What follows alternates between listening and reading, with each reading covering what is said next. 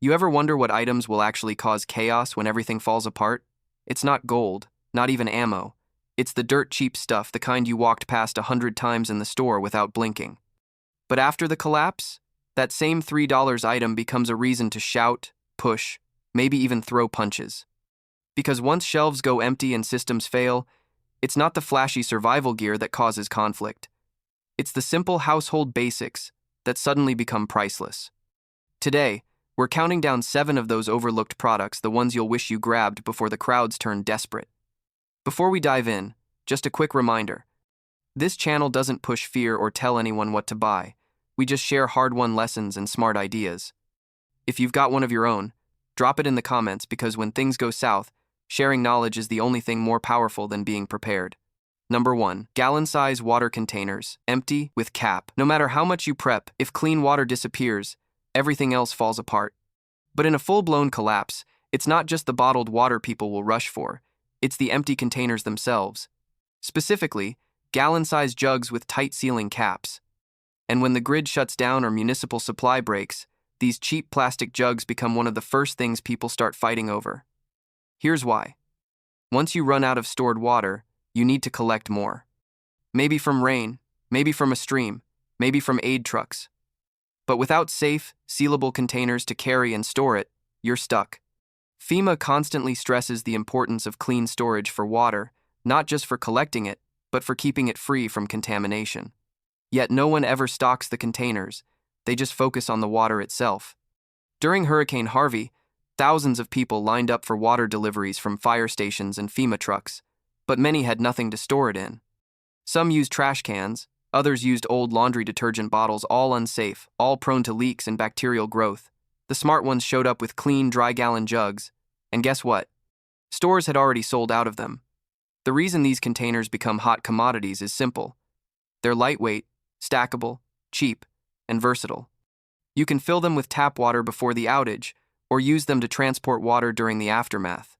Some folks even fill them and freeze them ahead of time to preserve fridge temperatures during blackouts, doubling their purpose.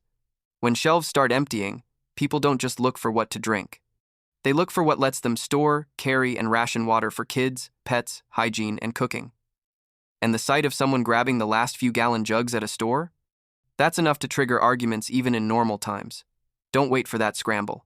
Add a flat of empty food-grade gallon jugs to your home kit. Label them clean water only, and store them sealed. You can even grab collapsible water containers, but basic gallon jugs are easier to find and cheap enough to buy in bulk.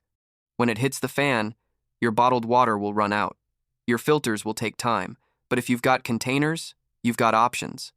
Without them, you're just standing in line praying someone else brought extras. Number 2. Hand pump soap dispensers. In any crisis, dirty hands become deadly. After floods, earthquakes, or mass blackouts, it's not just water or food shortages that spread sickness, it's poor hygiene.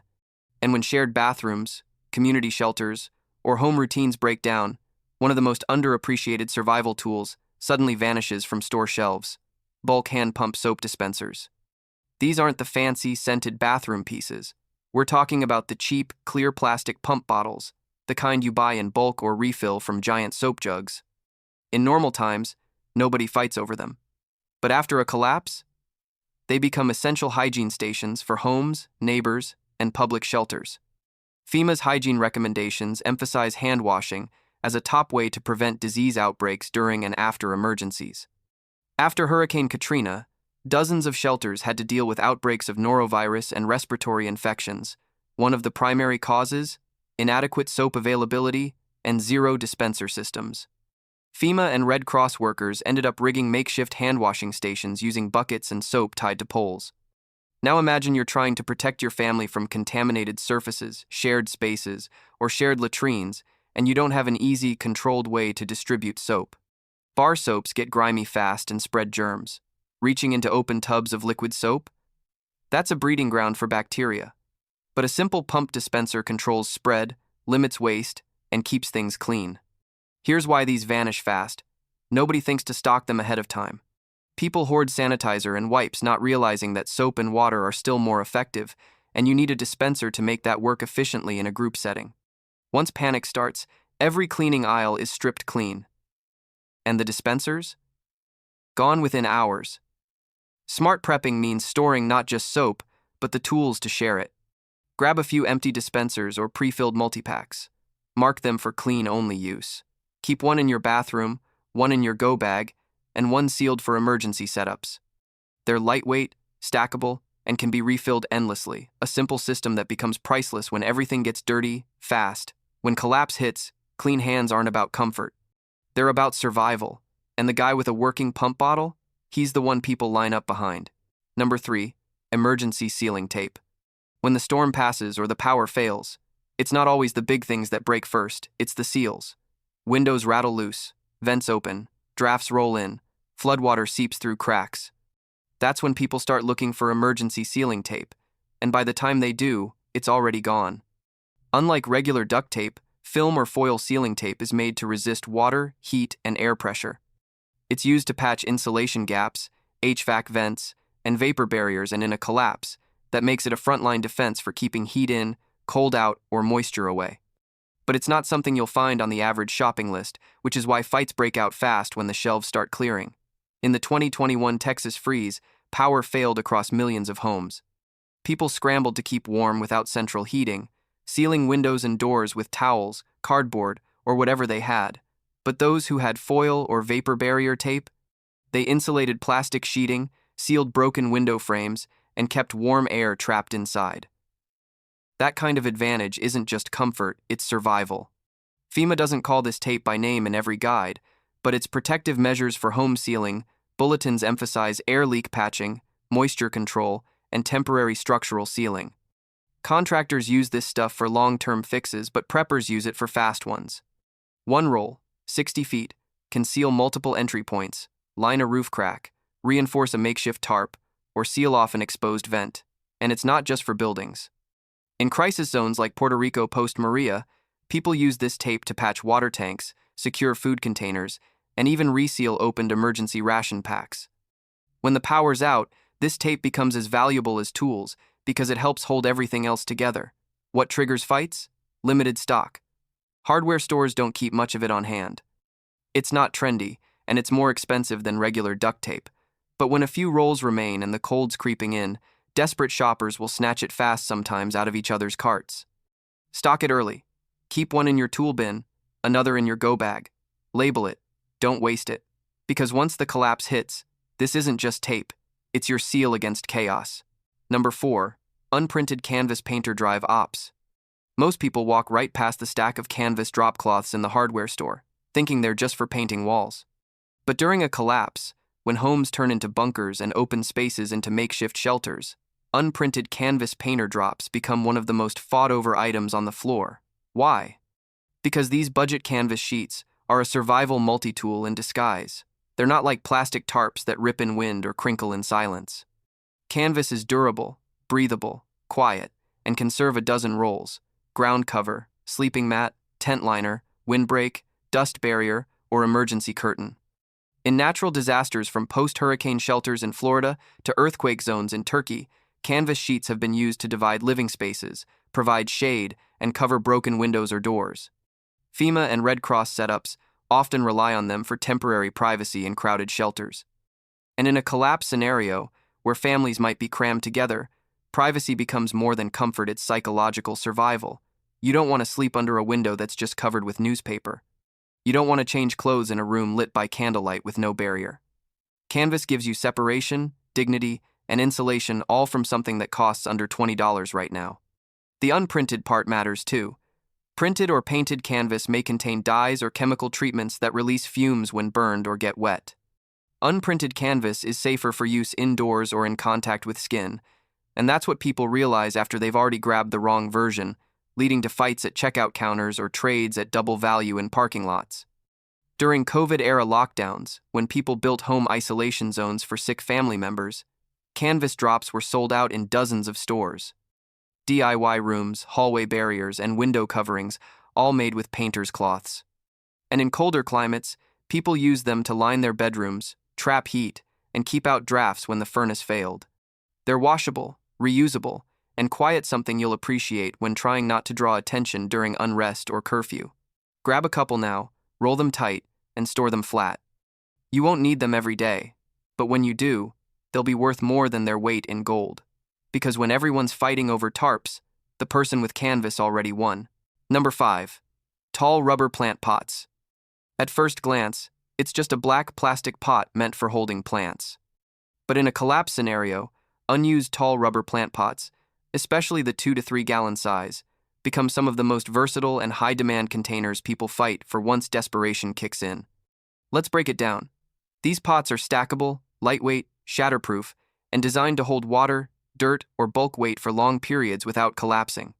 When systems fall and plastic buckets or bins vanish from shelves, these become immediate replacements for storing water, carrying supplies, rationing food, or even creating small cooking or washing stations.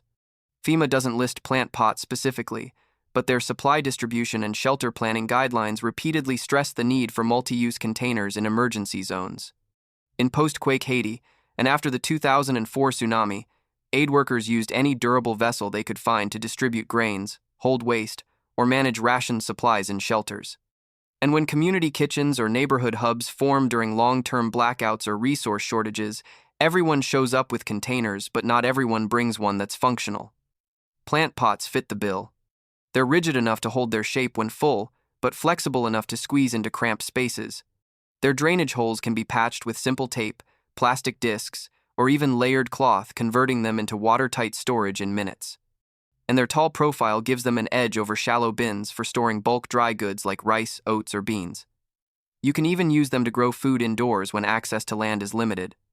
Stack them near windows, fill with soil, and you've got micro-growing stations.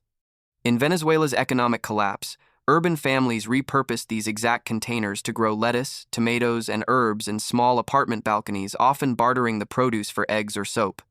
They also serve unexpected roles: stool seating in camp-style shelters, makeshift waste bins when toilets are unavailable, or even hand-washing stations when fitted with a spout. And when aid or bartering kicks in, having 4 or 5 clean, empty containers makes you instantly more valuable to the group than someone holding cash or gear, but with no way to move or divide supplies. So why do people fight over them? Because stores don't carry many once gardening season ends. And in a crisis, once the buckets and Tupperware are gone, these are the next best thing. And sometimes they're even better. Keep a small stack. Nest them. Tape the holes shut in advance. They cost almost nothing now, but later, they'll be worth every desperate trade on the street. Number 6. Extra plastic cutlery bins. When the collapse hits and utilities shut down, washing dishes becomes a problem fast. With limited running water, no dishwasher, and often no hot water, the sink turns into a health hazard. And suddenly, the humble bulk pack of plastic forks, knives, and spoons becomes a hot commodity. We're not talking about party decorations. These are the cheap, utility-grade plastic cutlery packs, the kind people buy for barbecues or catering setups and forget about. But in a collapse, when families are eating canned meals, rotating between shelters, or surviving from a car, these utensils become critical for sanitation, rationing, and morale. After Hurricane Maria hit Puerto Rico in 2017, it wasn't just food and water that ran short. People had meals, but no way to eat them. FEMA field kitchens used thousands of plastic forks per day, often running out during high-volume distributions. Reusable metal cutlery wasn't feasible. Washing them risked spreading infection. The only way to keep pace was disposable, pre-packed utensils. Here's where things turn tense. Once supply chains collapse, basic cutlery is no longer available at convenience stores or even major retailers.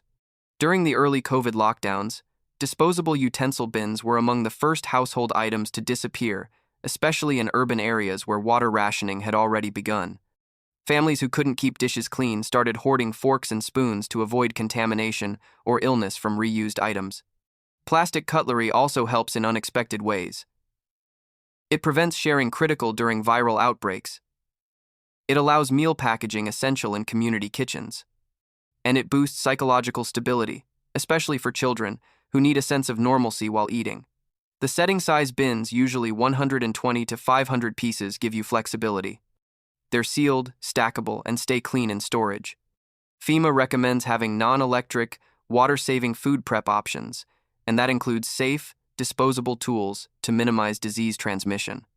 In shared living or field conditions, plastic utensils are easier to distribute and dispose of without requiring sanitation equipment. But when panic hits, these bins are often overlooked at first, then fought over once the water's gone and dish soap runs dry. People start pulling apart party supplies. Even restaurants report missing utensil packs from takeout orders. Want to prep smart? Buy a couple of heavy count boxes. Wrap them in waterproof bags and tape shut to keep clean. Store in kitchen cabinets, car trunks, and go bins. Rotate lightly if needed, but don't rely on restaurants or stores to just have some when the grid fails. Because when eating becomes survival, the person holding the last clean spoon always wins. Number 7. Metal street orage cans. When disaster strikes, everything fragile breaks but metal holds. That's why one of the most underrated, rarely discussed, but wildly valuable post-collapse items is the humble metal storage can, especially the 5-liter size paint cans with tight sealing lids. These cans are rugged, reusable, stackable, and designed to hold liquids or solids safely over time. Originally built to store chemicals, stains, or paint, they're engineered to withstand pressure, temperature swings, and physical impact. And when the system fails, those features make them indispensable containers for survival. Most people think plastic buckets or jugs are enough. But in many collapse scenarios, wildfires, prolonged heat waves, grid shutdowns, plastic becomes a liability. It warps, cracks, and melts. Metal doesn't. These cans can store fuel, carry potable water, preserve dry food, or even act as mini cooking pots over open flame after thorough cleaning. In the 2021 Beirut fuel crisis, when gasoline was being rationed by the liter, people started trading in old paint cans, reusing them to store petrol or kerosene.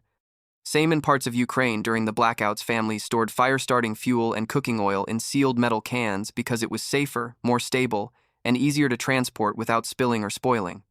You can also use them for high-value barter items: coffee, tobacco, sugar, or flour. The cans block light and moisture, extending shelf life. Their tight lid keeps rodents and bugs out, a huge deal in crisis zones. In makeshift shelters or bug-out locations, these cans serve as tool bins, mini trash holders, even improvised toilets when lined and sealed. The real kicker? Most hardware stores don't stock them in large quantities. They're specialty items. And when collapse hits, people realize they need anything metal that seals. That's when you'll see arguments in the aisle over a can that cost $5 a week earlier. And let's not forget their tactical value. They're opaque, no one sees what's inside. They don't crack like glass or melt like plastic. They can be buried, hung, or stored in cars without degrading. FEMA doesn't list these directly, but in their field logistics guides, they reference rigid, sealable, pest-resistant containers, which these paint cans match perfectly. In many relief zones, military and aid groups use metal drums or cans for distributing high-value goods to reduce spoilage and spillage. If you prep smart, grab a stack of unused paint cans, the kind sold empty with new lids. Clean them thoroughly, label them, and store dry or sealed essentials. Because when it comes down to it, the guy holding a few sealed cans can cook, trade, store, or survive, while others fight over brittle plastic scraps. You've just seen 7 of the most overlooked dirt-cheap items that'll become weapons of desperation when the shelves run dry. Not luxury gear, not fancy tools. Just everyday things that will cause real fights over real needs in real time. And here's the truth. By the time the crowd realizes what matters, it's already too late. But you're not the crowd, you're ahead of it now. That's the kind of edge we're building here. This channel isn't about panic. It's about preparation with precision, breaking down the psychology, the patterns, and the blind spots that history keeps exposing every time systems collapse. So if you're the type who doesn't wait to be told what to do, if you want to outpace the panic and be the person others look to when chaos takes over, then hit that subscribe button right now. Not just for you, but for the people who'll end up depending on you when things fall apart. And if this video opened your eyes, give it a like. It tells the algorithm this is the kind of real talk more people need to hear. Most importantly, share it with someone who still thinks being prepared means just storing a few canned beans, because what's cheap today becomes priceless tomorrow, and the smallest item might just save the biggest day.